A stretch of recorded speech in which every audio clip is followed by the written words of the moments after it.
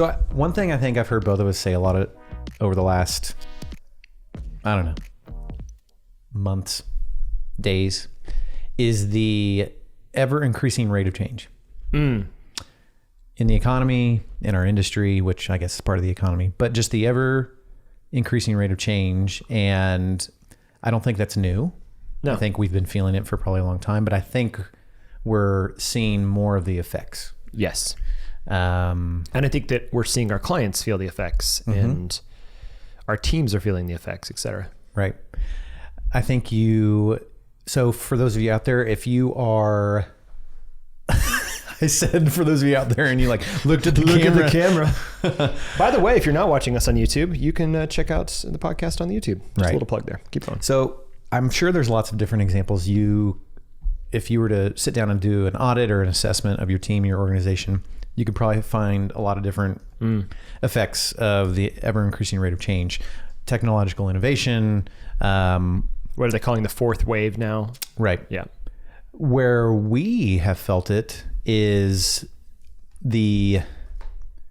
probably I don't have a complete thought there. We're probably gonna have to back up. Let's just start over. Hold on. Let's just get ourselves ready. Oh, he's got his eyes closed and he's centered. Okay. Hey, Dan. Welcome back to another episode of Option 5. How are you? I'm doing great.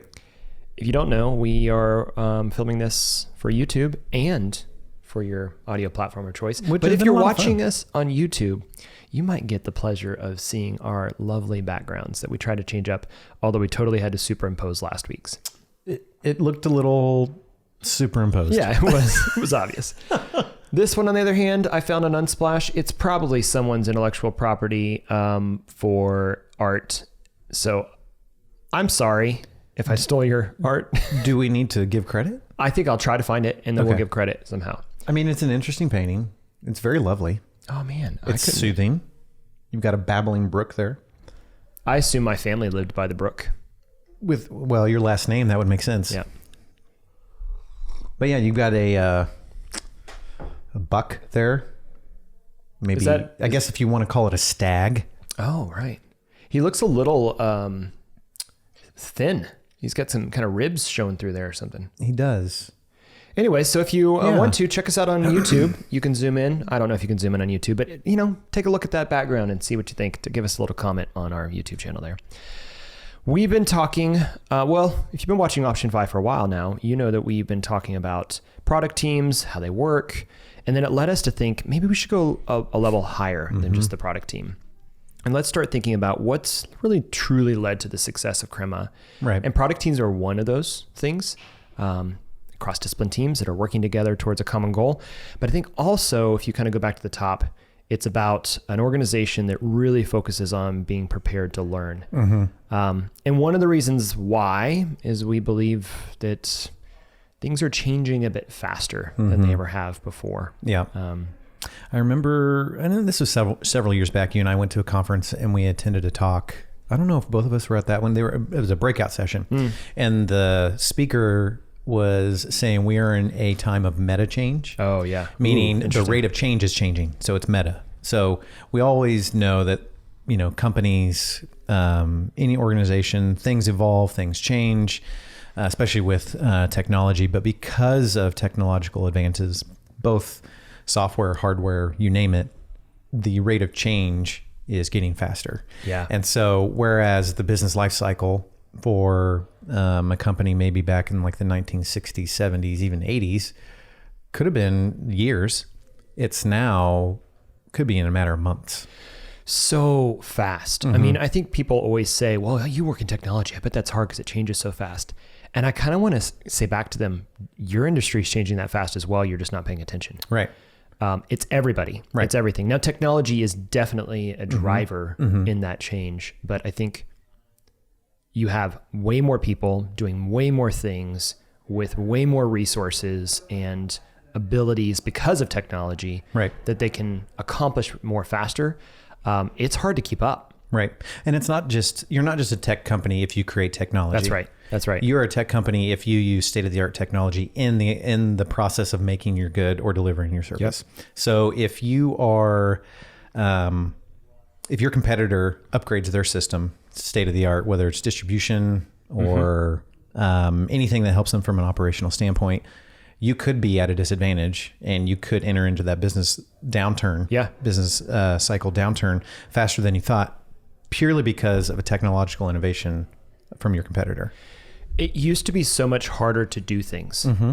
And it's not that it is still difficult to do things, don't get me wrong, but the barrier to entry to do manufacturing, to do certain services, to do, et cetera, was so much higher. Those walls have all been kind of torn down to make things easier for us, which is great. We all have lives that are easier now, but yet things have to change in order for us to kind of break through what's new. Right. And so we're constantly making new. I was just looking at the fourth industrial revolution is something I've been just reading about recently. It's this idea of the blurring of boundaries between physical, digital, and biological worlds. Mm-hmm. So yeah, I know it's interesting. Weird. It's weird, but it gets into, how does 3D printing play into even 3D printing, like biological things? Right. It's touching all this stuff is changing so fast because I no longer have to spec something out, send it to a manufacturer, ask them if they'll make it, then hope they make it. And then, et cetera. I can just plug the printer in and it will make it for me. You know? We just never seen that rate of change in human history ever. Well, even the scenario you just said there of speccing it out and sending it to manufacturer. Yeah. Like it used to be you had to buy a warehouse or build the factory and then have the machinery and the tooling, which is incredibly capital intensive. Yeah. Yeah. To create a good and then sell it. I know people to where they have an idea, they design it, and they want to become an Amazon retailer. Oh, yeah. And sell stuff on Amazon. They don't have to manufacture. They can send it overseas somewhere and be like, hey, here, can you build this? They're say, like, oh, we have 44 other ones that are just like that. We'll just slap your logo. Right, exactly. Yeah. Exactly. Or they'll build yours really cheap and then send it, and actually fulfill it for you. And before you know it, you can kind of manufacture and distribute your own stuff. I mean, and really relatively fast. So this is the world we live in, and maybe we could spend a whole episode just on that. Mm-hmm. But I think in the face of that rate of change, in order to the kind of why we're talking about this conversation is over the last 10 years, in order for us to keep up, even just in the rate of change that has happened in the creative industry as a whole, we've had to adapt or change or iterate, learn fast and unlearn fast, both learn and unlearn things in order to continue to be relevant, to continue to be at the right place at the right time, and to survive as a company. Right. And you probably haven't heard George or I say the words innovate or innovative or creative as much. We have, because it's important. Yep. But I don't think it's enough to say that you're going to be the most innovative or creative company anymore. I think it's a dangerous word. Because one, it's hard. If you task anyone with, hey, go be innovative, it's like, at what? What do you want me to be innovative at? I don't even know what problem we're solving. Right. But if you tell someone, I want you to be curious, I want you to observe, I want you to learn, and then take those and make a decision from it. Right. I think that is getting below the surface. And so yes, be innovative. So good. Yes, be creative, but it's nothing less than that, but it's definitely so much more. Because a lot of times if you are learning and you're just constantly learning, you're not necessarily being innovative. You may have just learned something and make a decision. You may just say yes or no. Yeah. That leads your company forward. That wasn't innovative. Yeah. But it gave you wisdom. It gave you a new perspective on the world that you operate in within your business. Yep. And you made a decision based off that learning. And so I think the foundation of what we're trying to get to is that yes, be innovative. Yes, be creative. Be willing to adapt. Yep. But there's something below that. And what's below that is this aspect of lifelong learning. Well, and I think you're now, yes, absolutely. Because you're now in a space that fewer and fewer, I'm trying to think of the last, especially in our space, in technology, I'm trying to think of the last thing that I went, oh, wow. Like that changes the game, right? It's all these micro innovations now, and it has to be constant. So it's always, there's a name for that, and I'm not gonna be able to think of it, but this idea of micro improvements to the existing paradigms. Yeah. Machine learning. Well, machine learning is not new. It's been around for a long time, or AI for that matter. It's just algorithmic programming. Okay, we've just gotten better at it. and better at it and better at it and better at it and learn from it, et cetera. And same thing goes for almost anything I can think of. New phones. It's like my new iPhone 11 Pro is not all that much better than the iPhone 10. Right. It has a slightly better camera. It is a little faster. Okay. Yeah, but is that truly innovation? Right. Or is that improvement in them learning what the audience wants? They know that people want a better camera. Right. Okay, so we're gonna pay attention to that, and we're gonna respond to it, and make a decision to make a better camera. Yeah. Yeah, I don't remember the last time you and I have looked at a startup or seen a company and said, "Oh, that's a game changer," or "That's groundbreaking." Yeah. What we typically say is, "That's brilliant. It's so simple. Yeah.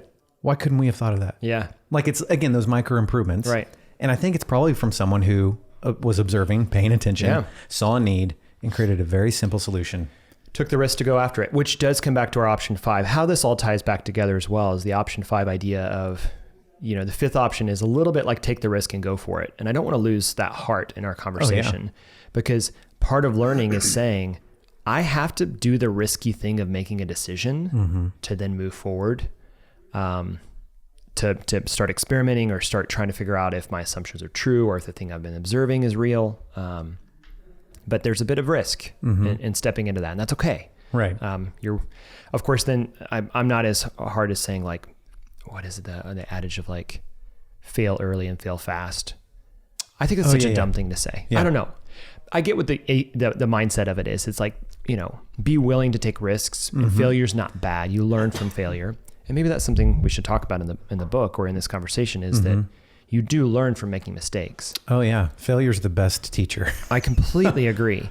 Yeah. And maybe that's something, as we're thinking about learning, it's like, you have to be willing to take the risk to make a decision and try something, because if it doesn't work, you learn as much, if not more. I don't want to get side railed, but that's a piece of the formula, I think. Right. And so I think you can probably hear the passion in our tone, in George's tone, and my tone. And we also both feel a little bit better than we did on last episode. That is true. That is true. And I think why is because, one, we've discovered we're confident that this is what got us to where we're at now, and what we think it's going to be a platform to get us to the next phase. Yeah. But also, we're passionate about that. We feel like this is the future of work. And you've probably heard that term out there. If you just Google future of work, there's a lot of do that right now. There's a lot of writing on it. And there's a lot of really, really smart people out there that are doing research on the future of work. And there's like 6 advertisements at the top for that. What does it look like to knowing that the majority of our workforce is in knowledge work? Yep. Well, okay. Well, let's play that out a little bit. If all of us are in a knowledge workforce kind of arena, okay, how do you gain knowledge? And then what's the purpose of that knowledge? Well, you've got to learn it, and then you've got to apply it. Yep. And so why wouldn't companies, organizations, education systems create environments, really dive deep into what does it mean to learn? How do people learn differently? What are best processes to learn? And then promote those. You know what I'm saying? Yeah, I totally get what you're saying. This idea how of do you build that, ingrain that into... I think I know you want to jump into it, but into the systems of how they think and what they do. Yeah. Well, and that's a good segue, because as we've kind of unpacked this, the paradigm or tool or whatever you want to call it that we thought. The framework. Yeah. What's the framework to where we feel like, both as individuals, but also our team and kind of what we've observed, what's this framework look like of learning? And we've really honed in on 3 things. There could be more, and we're exploring that, but around posture, disciplines, and structure. Yeah. So we've already said it in a few of the past episodes, so we've dripped it out, but we wanted to dive into those a bit more, because I think this is, we're just trying to make sure they're right, and that all of the things that go into an environment, into a culture, into an organizational structure, or I don't want to overuse that word, organization, into a team, into a person's career, that they fall into those 3 buckets somehow.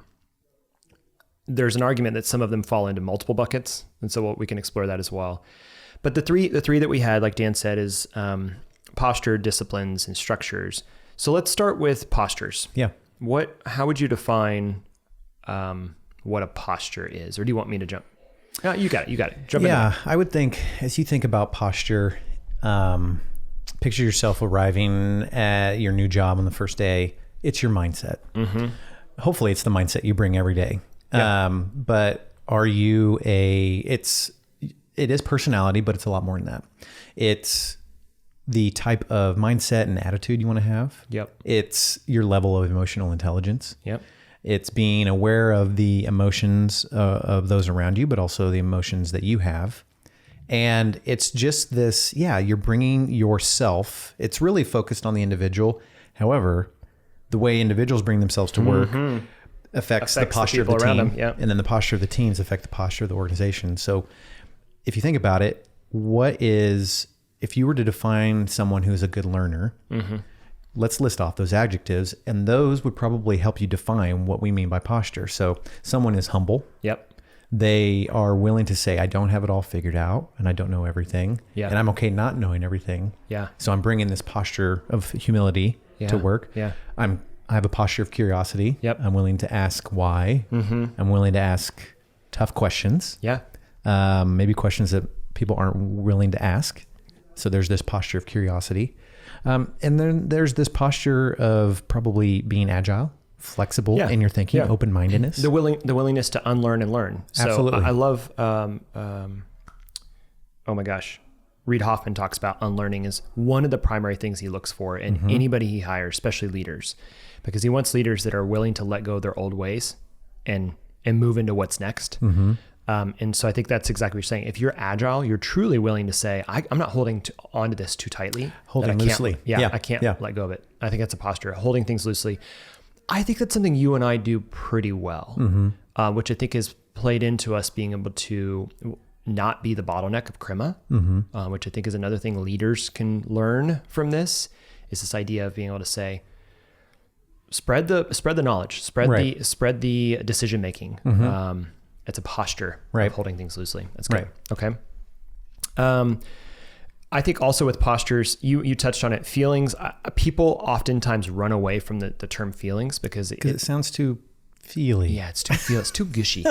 and I think they get worried that it's not their job as a leader, as a peer, as a coach, as a manager, whatever, to control the people around them, their feelings, or to enhance. It's not. Do your work. I've heard it said before. It's not my job to decide how you feel about your work. It's my job to make sure you do the work. Okay, fine. But the way that someone does the work, or the quality of which someone does the work, is going to be drastically different depending on their attitude, their posture, and their feeling about it. Right. Now, it doesn't mean, and I think I want everybody to hear us, that we're not trying to say that every task that you do has to be something you love. Because be happy. I don't love everything I do, but I do love the work that we do. Right.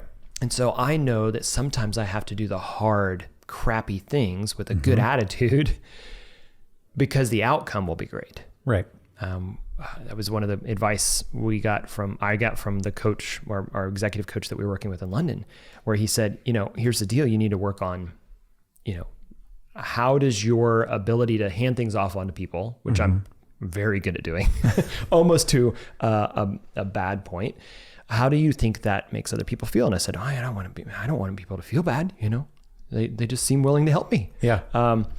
But then he said, how would you fix that? And I said, well, I'd probably pick things back up and I'd do them myself. And he goes, well, you wouldn't enjoy that.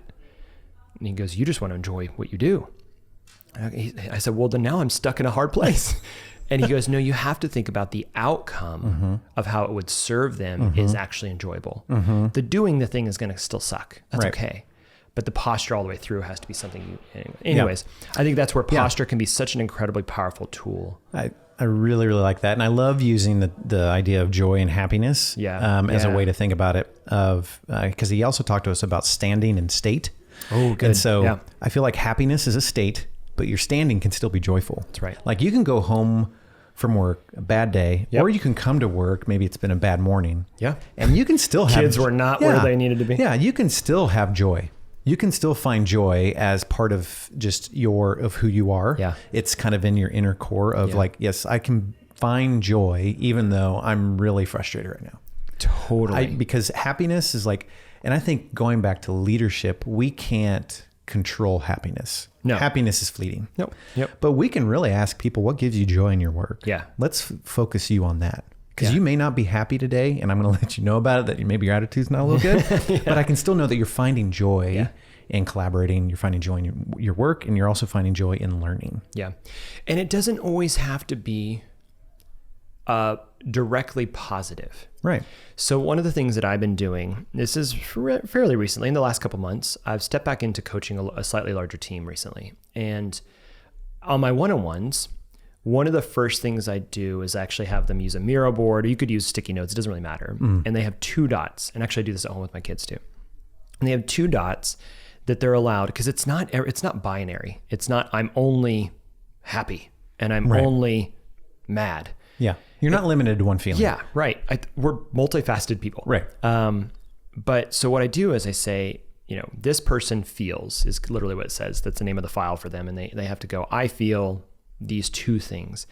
And the first time I did it with everybody, I think it was interesting to see that my entire team all felt very similar. And maybe the word was one step off from the person next to them, but almost exactly the 2 same dots, which was, at the time, I'm excited and I'm anxious. Okay, well, interesting. I could see how both of those feelings oftentimes are very close to each other. Mm-hmm. They were excited about the possibility of what we were about to embark on doing. Yep. But they were anxious because they weren't exactly sure how we were going to do it. Right. Yeah. And that's good. I believe in the end. Yeah. But I'm anxious because I have no idea how we're going to get there. And what was so exciting about knowing that was then I could go, oh, cool. 1, you're exactly in the headspace where we should be, which is we've got a lot of work ahead of us. Let's not think it's going to be easy. Let's work hard to get there. But I'm glad that you're excited about the potential outcome. And that's those 2 attitudes in tension with each other. And then what was neat to see is it wasn't just one person felt that way. It, like we said, you influence people around you. The whole team was kind of in that same headspace. Interesting. Okay, now what do we do with that? How do we use that as a tool? And then the next one-on-ones with everybody, it was kind of like, I'm happy. It kind of went away from excited because the excitement had worn off. You can't be excited forever. Right. I'm happy. I'm good. Yep. Everything's fine. But I'm a little annoyed. Yeah. Oh, well, why are you annoyed? And this actually, again, it was almost the whole team kind of had a similar vibe. Well, I'm annoyed because it's not going as fast as I had hoped. Totally to be expected. And you can adapt to figuring out how to work with somebody and where their posture is at that moment. I love it. That chart kind of sounds like my own version of hell, because at any given moment, I don't know what I'm doing. I can't define it. But so I think the blank sheet of paper is unfair. So if I were to say, tell me how you feel, I don't know. But if I give you a set of words, so I think there's 12 words on my sheet. If I give you a set of words, narrow it down. Yeah. And I've had people say, well, I'm not, it's something between this one and this one. That's great. You could, at least it give you the space to describe that. Right. I'm not anxious, but I guess maybe I'm confused. Yeah. Exactly. And it's just a tool to open the conversation. I'm the same way where I'm like, I don't know how I feel. I feel cloudy. I use foggy, cloudy. Foggy, cloud. I use these analogy words more than I do like a specific word, because I'm always afraid by putting a stamp on the title that everyone would be like, oh, George is upset. Oh, he's not in a good mood. Stay away from him. Or, I don't want everybody to have to bear the weight of that feeling. Right. But if I'm foggy, it's like, I don't know, I'm just a little foggy right now. I love how you said that the reason, and I think we'll find this in all 3 of these, is that posture. You said the posture that you bring, which is more than feelings. Feelings is it, or is one of the categories of posture. Yeah. But it's more than that. Is it affects the whole. Yeah. And your posture can affect the mood, can affect the work ethic. It can just affect the whole work environment of those around you. And so as we think about these, yes, it is individual, but the moment you start thinking bigger than yourself, it's now a network. It's now a system. Yeah. Ooh, because now you have to have that what's the word I'm looking for? Almost like a stance of looking at someone else's perspective. Ooh. And that is key to learning. It creates a collective learning versus just an individual learning. And so I think as we explore this more, keep that in the back of your mind of, yes, it's an individual, but it has to go past the individual. It has to go to teams and organizations. Love it. I think what you're talking about is empathy, right? I mean, everybody likes to say, well, a great thing for everybody to have is a higher sense of empathy. And it's like, yeah, but that's difficult to actually put in action and to do. Right. Because empathy, I don't know, is empathy an action? I think, how would you define the word empathy? Google. Empathy. I think that would be a posture, honestly. The ability to understand and share the feelings. Okay, an ability. Okay. Yeah. So because you're making a choice. Yes. To be empathetic in the moment. You may not be an empathetic person, but you can make the choice by a number, like asking yourself, okay, how would I feel in this situation? Yeah. Yeah. I think we happen to have a staff of really high EQ, really high empathetic individuals, which helps us to serve our clients because we have to put ourselves in our clients' shoes. But also it helps us to work together. Yep. Because we understand, you know what, I as a designer sitting next to a developer can go, I really passionately believe this is the right user experience for the end user. And the developer will go, and that is really hard to do, or I disagree because it's going to cause X, Y, and Z problems in state management or scalability or whatever. Then I have to have a sense of humble confidence, that kind of like humility to go, okay, those are things I didn't know. And I can see from your perspective that is an important factor for you. How do we best find common ground? So our posture, but both of us have to have that posture of empathy, of understanding where we're coming from. Yes. So that our diversity isn't a battleground. Right. I love what you just said. I was thinking the exact same thing. You said it better than I could have. The idea of like having empathy will inevitably lead to the question of why. Right. Like, right. Why do you feel this way? I really want to know. Yeah. Like, help me understand. Yeah. What did I do to offend, to you and offend I have you? had these conversations many times. I really want to know. It's like, so having empathy of like, I see that you're hurting. Why are you hurting? Help me understand. That in of itself is learning. And if you can learn to work better in groups of 2, 4, 6, 40, then you're going to become a much better. You're going to become much better as a learning organization.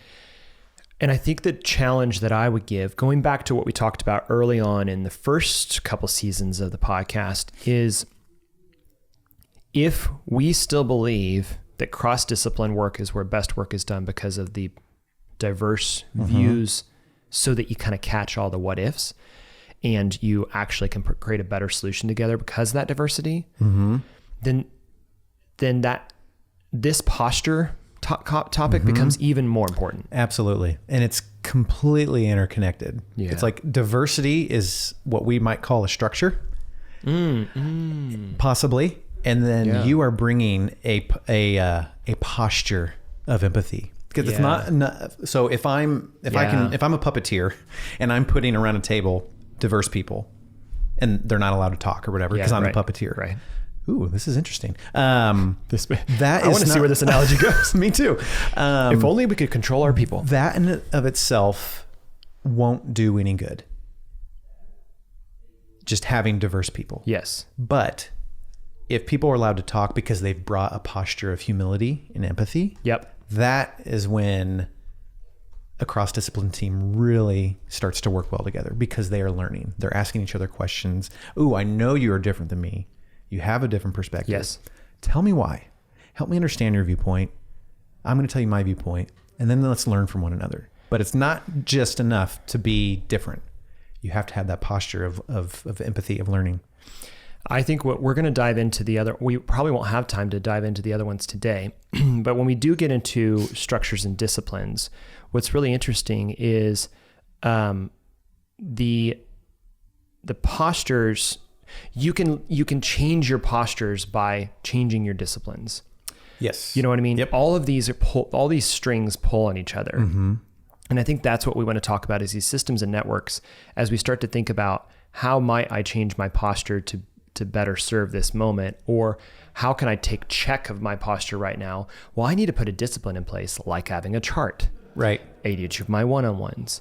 That's a discipline where I've created a structural set of a tool that allows me to check on the posture of my people. Not to control them, but to better understand where they're at so that we can move our decisions forward so that we can continue to have learning not be blocked by frustration or disappointment or hard-headedness, or whatever. I think that posture, oftentimes people call what they want to call culture. Mm-hmm. They want to define their culture as their posture. And I don't think culture is just posture. Mm-hmm. I think this is where culture is actually almost the, what's the word? Amalgamation. Did I say that word right? Amalgamation? You said it right. Use it again. I was looking something up. Use it again. Fine. I was replying to a text a second ago. Somebody was like, are you picking up my kid from school? And I was like, well, I hope not, because I'm at work right now. What I was getting at is that posture, oftentimes people want to define their culture purely by their posture. Mm-hmm. They want to say, oh, you have a humble culture. Mm-hmm. You have an empathetic culture. You have that just happens to be the posture of maybe a few people or of the people that day or whatever. That changes. It's not always like that. We strive toward this certain set of postures, but people are dynamic. Right. But I think culture is truly defined by all three of these pillars. Absolutely. It is the structures in play. It is the disciplines and ceremonies and activities that you do. And it's also your attitudes and your mindsets about doing all those things that truly define your culture. I think you're right on. And honestly, Peter Singe in his book, The Fifth Discipline, states that structure influences behavior. So let's go back to your example of the chart. Yep. So the chart's a discipline. Yeah. Our structure is that we have one-on-ones are discipline, but it's also, you could probably say it's a structure. Yeah, I know. This is where I go between what is actually a discipline and what's a structure. And you use it to assess posture. Right. But the fact that you're doing that influences their future posture. That's right. Because it influences this idea of like, I am now going to be... I'm going to bring a better posture of trustworthiness because I have a safe space with my manager, George, to tell him exactly how I feel because of the structure he implemented. And so structure influences behavior. And it's interesting. He even quotes Tolstoy, author of War and Peace. And I'm going to read this. Wow. I think it's fascinating. Wow. We're going in. I just read it. Love it. For the investigation of the laws of history, we must completely change the subject of observations, must let kings and ministers and generals alone, and study the homogeneous infinitesimal elements by which the masses are led.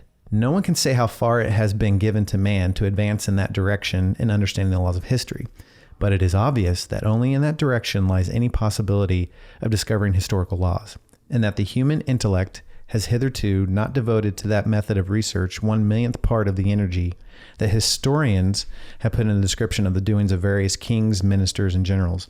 Basically, what he's getting at is if we are to understand why a certain, like the French Revolution happened with Napoleon, you can't say he's arguing, you can't say Napoleon started it. Right. Or it was his fault. It's not that black and white. Right. What was the system? What was the structure that he actually grew up under? And what were the laws? What were the economic conditions? What were the socioeconomic policies? Yep. What was the culture of the day that influenced the behavior of the one man? I think that's really fascinating. I want to be careful. I'm going to be so incredibly careful. I'm not making a personal political statement right now. Right. But I did read just the other day, and this is totally in line with what you're saying, which is there's a backlash towards Trump right now. Sure. For sure. With a certain group of people. Right. There's also a draw to him. But the argument could be made that it actually has nothing to do with Trump. It has everything to do with the environment in which Trump showed up. Interesting. Right? And that there was the environment that's been brewing for decades. Yeah. I mean, this wasn't it. Now he may push some buttons to light the fire a bit more, just like Napoleon did. Right. But there was already something in the mass of people's feelings, postures, their disciplines, their structures, their way they were learning the world and seeing the world, their worldviews were already starting to be defined. They just finally found someone who could articulate it enough on a mass stage that they went, that's what we want. And if you like that or don't like that, the environment was ripe for it. Right. And now we're dealing with the responses of that, right? Which doesn't excuse individual responsibility, not at all, or accountability, not at all. But for the far-reaching effects of systemic downfalls or revolutions or changes on that level, you have to go back up a bit and look at the system. So let's bring that back into the company, because I want to bring it back to, I love that idea, but I think that's a really good place to start. If you're a leader, or even if you're not a leader, if you're a practitioner inside your organization, if you looked around kind of to your left and your right, and you started to look at your organization, your team, your department, your division, depending on the size of your organization, what is the environment? What's the ecosystem brewing already? What's already there? Yeah. And I think the biggest challenge for any organization is one that hasn't started with the right posture, but that knows they need to pivot. Either at the bottom up or from the top down. They know they need to make a change in their postures or in their structures and disciplines, and we'll get to those. But how to do that when all the ingredients have been brewed for something different. And so almost having to kind of like throw the ingredients out and start from scratch, or literally carve off a piece of the now my brain's going to all these analogies, like piece of the yeast so you can make a different bread or, you know, whatever, to actually start afresh somehow. That's a difficult thing to do. Yeah. And let us be clear. We're not talking about behavior as like, you going and punching someone in the face. No. When we talk about behavior, these are subtleties. It doesn't matter what ecosystem or environment you walk in. Don't punch anyone in the face. No. Right. What we're talking about is if you walk into a structure that's highly bureaucratic, that's very micromanaged, very hierarchical, just top down, all the way. And they expect you to operate on like impact and results based. Yeah. Your behavior is going to be completely antithetical to that, because the structure you're in is, well, basically I'm rated on my ability to be in a seat from 8 to 5. Yeah. It's output over outcome. Yeah, exactly. It's about how many hours I sit there. It's not necessarily about my productivity on results. My productivity is that I was here 40 hours a week because of the structure I walked into. That's what we mean by the posture you bring to work, the behavior you bring to work can be influenced by that structure. And my argument against that structure, just that one that you defined, is primarily what I see there, where I get actually a little fired up a little bit about it, is because I feel it so acutely, is you immediately create bottlenecks, both inside the organization and for the potential of the organization.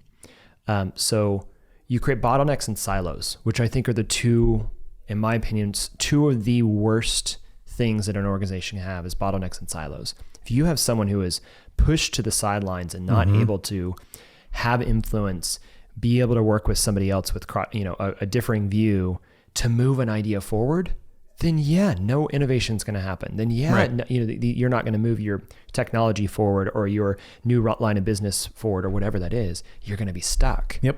And the same thing with bottlenecks. We talk about that a lot. I have zero desire to be the bottleneck of Crema. Yet it happens all the time, mostly because of me stepping back in and going, oh, I really have a strong opinion about the way that ought to be done, and I really want it to be done this way. If I truly had the posture of trusting my team, then I would let them have the autonomy to say, explore this. This is the outcome we need to get to. You guys figure out a way to get there. Yep. Now, doesn't mean I can't have an opinion in the conversation, but having that posture of trust and of, and that's part of our values, of collaboration, allows that bottleneck to no longer be, I'm the final decision maker. Right. We were sending out an invite for something recently, and they kept wanting to run it through me to make sure it was perfect. I was like, guys, it looks awesome. You're the one that's like critiquing at this point. So once you guys get done critiquing it, it is approved. I don't need to see it again. Right. And then I found out 2 days later, and this is my fault because I've set up a discipline that I needed to be the approver on things. I've trained the team to think that way. 2 days later, it didn't go out. And I said, well, guys, I thought it needed to go out Friday. And they said, oh, well, you didn't approve it. I said, I was trying to give you the, and again, that's why it's hard to retrain. It's hard to rethink your habits, and we'll get into habits because it's hard to break a habit. Yep. Absolutely. And you have really strong defined habits. So you've heard us kind of hint at disciplines and habits. You've also heard us hint at structures. Yep. But today we've talked about posture. Yep. And so maybe some diagnostic questions for anyone, practitioner, leader at your organization, within your team. Just some things that came to mind is, as you walk into your place of work, ask yourself the question, what posture am I bringing myself? How do I feel today? Yep. Maybe start using a chart like George talked about. If you lead a meeting, maybe start your meeting that way. We do. Our retrospectives. Yeah. Yep. What's your sentiment today? Yep. How are you feeling about today's meeting? Or not even feeling about today's meeting, how are you feeling in general? Yeah. Asking questions about your culture. Asking, do I feel safe to bring my thoughts and posture ideas of safety. Yeah. to whomever? Yeah. Do I feel like it's okay for me to take a little bit of a risk? Yeah. How do we feel about our work? Do people get excited when the new project comes down? How do people respond to adversity? Yeah. When things don't go very well, are they resilient? All of these things talk about the posture that people are bringing to work. Yeah. And so maybe just ask yourself those questions. If you're on a leadership team, go through those yourself. If you're a practitioner, ask yourself what your personal posture is, because your posture, whether you like it or not, is affecting the people on your team. Right. And go deeper than feelings. It's like, well, I come to work happy most of the day. Okay, well, we'll go a little bit deeper than that. Yeah. Why? Yeah. Why are you happy? Do you really enjoy the work? Do you understand the purpose of what you're working towards? Do you understand the impact that you're making on that project? What's your posture that you're bringing to your work that affects everything else? I'm going to make a note here. I want to put in the show notes a link to a PDF that actually I'll show you my board. So you guys can see the types of feeling questions or posture questions that I ask. It's really stupid simple. And honestly, we begged and borrowed it from somebody else that we worked with before. Take it, make it your own, replace the words. I have different words for my kids at home than I do the ones here. And I think that it's a really great tool. We'll link that up in the show notes so you have access to that. Yeah. My posture is I'm pretty excited right now. I am too. And it goes by really fast. Yeah. Yeah, it really does. We would love your feedback on this as well. So as you are trying to adopt this, or maybe if you're both flourishing in this idea or struggling with this idea, shoot us an email. We'd love to get your feedback on ways that you're establishing your posture, or maybe, just know that it's private, but we'd love to know what your personal posture is right now. And maybe take a look at that link that we'll provide and tell us what you think. You can send us an email at option5@crema.us. And that is either with the number 5, but we also have added the ability to type out the word 5. Right. Either one of those will get to us. Either one. And thank you so much for listening. Yeah. This has been, I think I'm getting more excited every time we do another one. So we're finding out more every time. Learning. Yeah. We're learning. We're learning as we go. That's right. If you can, make sure that you give us a review on iTunes or on your platform of choice. Give us a 5-star review. That goes a long way. We're trying so hard to 5 stars. Make this good for you guys. And then if you could, make sure that you share the link. On social media goes a long way because it tells even more than just one person. But if you actually send it directly to somebody, they're probably more willing to listen to it. So just do that for us. Show notes. We're going to be trying to make our show notes a little bit more thorough. So if I say a link like this, check those out. Right. But also check out crema.us/podcast if you want to get more details, see the other episodes, and make sure you can subscribe from there. Anything else, Dan? Keep learning. Change the world. Or anything else cliche like that.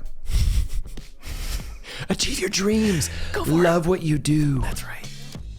Okay. Dance when nobody's looking. I hope you dance. Thanks for listening, everybody. All right. Cheers.